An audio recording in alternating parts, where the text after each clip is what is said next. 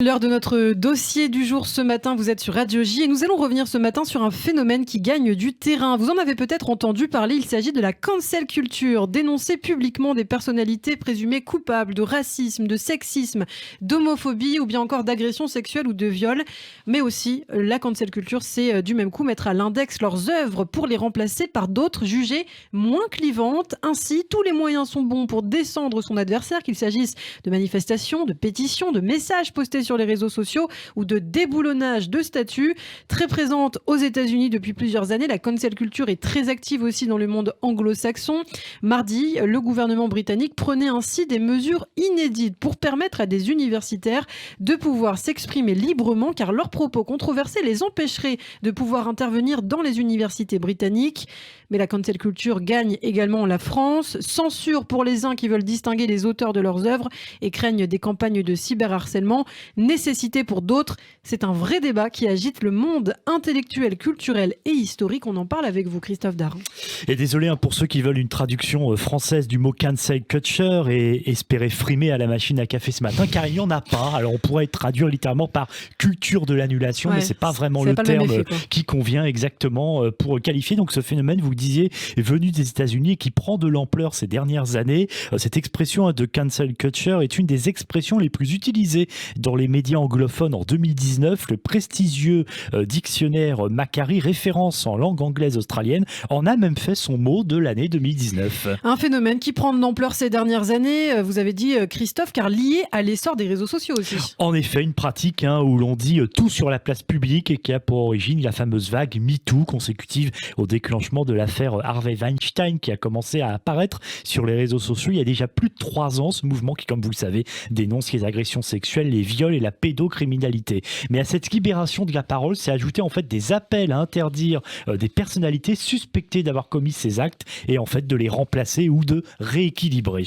Et cela ne concerne pas que les personnalités suspectées d'agression sexuelle, de viol ou de pédocriminalité. Il s'agit aussi de mettre au rebut des personnalités accusées d'esclavagisme ou de racisme. Et c'est ce qu'on a vu, souvenez-vous, après les manifestations en hommage à George Floyd, mort au printemps dernier après avoir été étouffé lors d'une interpellation par des policiers blancs. Des statues ont été vandalisées et déboulonnées. Fin décembre, à Boston, une statue de Abraham Lincoln, un président de 1861 à 1865, reconnu comme l'un des plus grand président américain et de son esclave sur la statue a été détruite. Lincoln avait pourtant fait abolir l'esclavage durant sa présidence, mais il venait d'un État du Sud, État esclavagiste. Bon, c'est un petit peu effacé l'histoire quand même. Et dans le domaine du cinéma, cette cancel culture est très présente. Oui, on pourrait presque dire d'ailleurs que c'est peut-être là qu'on la voit le mieux et aussi dans les séries.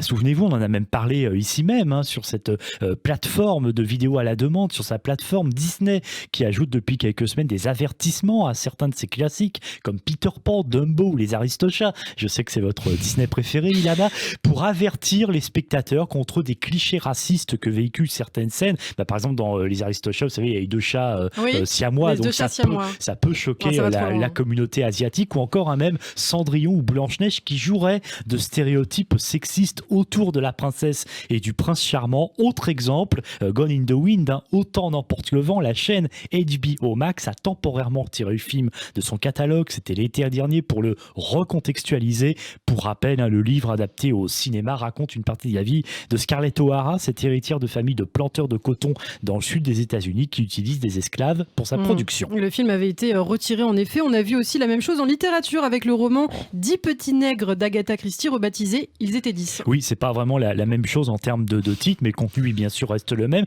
Changement de titre qui justement au début n'a concerné que les États-Unis et puis finalement qui s'est appliqué dans toutes les éditions du monde. C'était à la rentrée dernière, septembre 2020. On voit aussi cela dans les séries. Marilyn Manson, accusé de violence sexuelle par l'actrice Evan Rachel Wood, ça aussi on l'a évoqué un matin ici, a été effacé de 2 séries télévisées, Creepshow et American Gods, dans lesquelles il apparaissait. Dans la culture du politiquement correct en quelque sorte. Mais en fait, cette pratique de la cancel culture n'est pas nouvelle aux États-Unis. Et oui, et alors je me suis intéressé effectivement à des propos de Jean-Éric Brana, spécialiste des États-Unis, qu'on a souvent reçu ici, et pour qui effectivement cette culture de la délation en fait est inscrite dans la fondation même de la nation tradition américaine. Il faut savoir que quand les premiers puritains sont arrivés, on est là au XVIIe siècle, eh bien, la dénonciation est même recommandée, vue comme un signe de bonne conduite. En fait, dénoncer en public, par exemple, les adultères, c'est même un acte qui prouve que l'on est un bon Américain, un bon Américain. Et tant pis si c'est faux, comme lors du fameux procès des sorcières de Salem en 1692, 25 personnes exécutées, accusées de sorcellerie. Bien sûr, tout cela était faux. Mais la cancel culture ne vise pas qu'à interdire, elle vise aussi à remplacer et à promouvoir des personnes jugées peu présentes dans la culture populaire pour montrer la diversité de la société. Oui, c'est ce qu'on voit par exemple dans les séries où malgré des anachronismes évidents, des acteurs et des actrices noires par exemple vont tenir des rôles importants. La et puis chronique les partisans, de Bridgerton, par exemple, et puis les partisans de la cancel culture veulent aussi plus de femmes nominées aux Oscars. Dans le monde anglo-saxon, cette cancel culture est très importante aussi. On se souvient des appels au boycott l'année dernière des livres de la saga Harry Potter après les propos jugés transophobes de son auteur J.K. Rowling, l'une des femmes britanniques les plus célèbres au monde. La cancel culture semble si importante au Royaume-Uni que le gouvernement de Boris Johnson tape donc, on l'a dit en introduction, du poing sur la table. Des mesures pour tempérer ces effets de la cancel culture dans les universités, car des intervenants ne pourraient pas s'exprimer.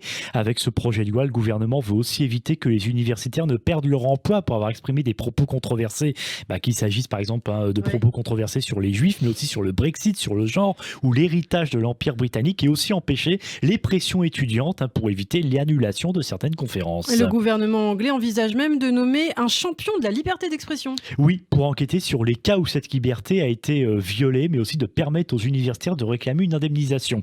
Bon, on peut quand même se demander si le gouvernement britannique n'a pas d'autres chats à fouetter, parce que selon une étude récente, seuls 0,06% des conférences et des événements organisés dans les universités britanniques ont été interrompus ou annulés en raison de l'opinion des intervenants. C'est donc pour l'instant très minime. Et pendant ce temps, en France, la culture est bien différente et la dénonciation n'est pas considérée comme un acte citoyen comme aux États-Unis, lorsqu'on sait que la délation a notamment entraîné l'arrestation de juifs sous le régime de Vichy. Et puis la présomption d'innocence est aussi un principe sacré.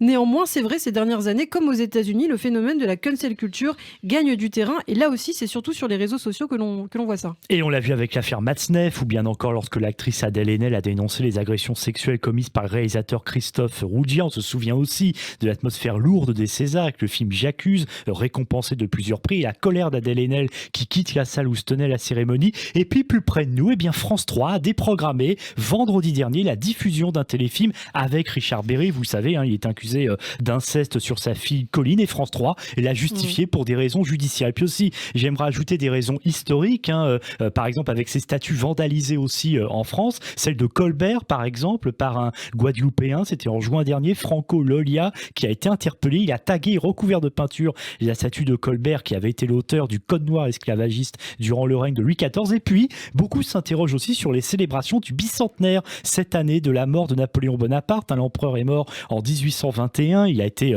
d'abord tolérant puis discriminant à l'égard des Juifs. Bonaparte, c'est aussi l'homme qui a rétabli l'esclavage en 1802. Et en France, c'est un éternel débat qui n'est pas tranché entre ceux qui veulent distinguer les êtres de leurs actes et de leurs œuvres et d'autres qui veulent les bannir pour mettre en lumière des personnalités qui n'ont pas commis d'actes répréhensibles. Merci Christophe Dard pour vos explications sur cette cancel culture dont on reparlera, c'est certain, très régulièrement.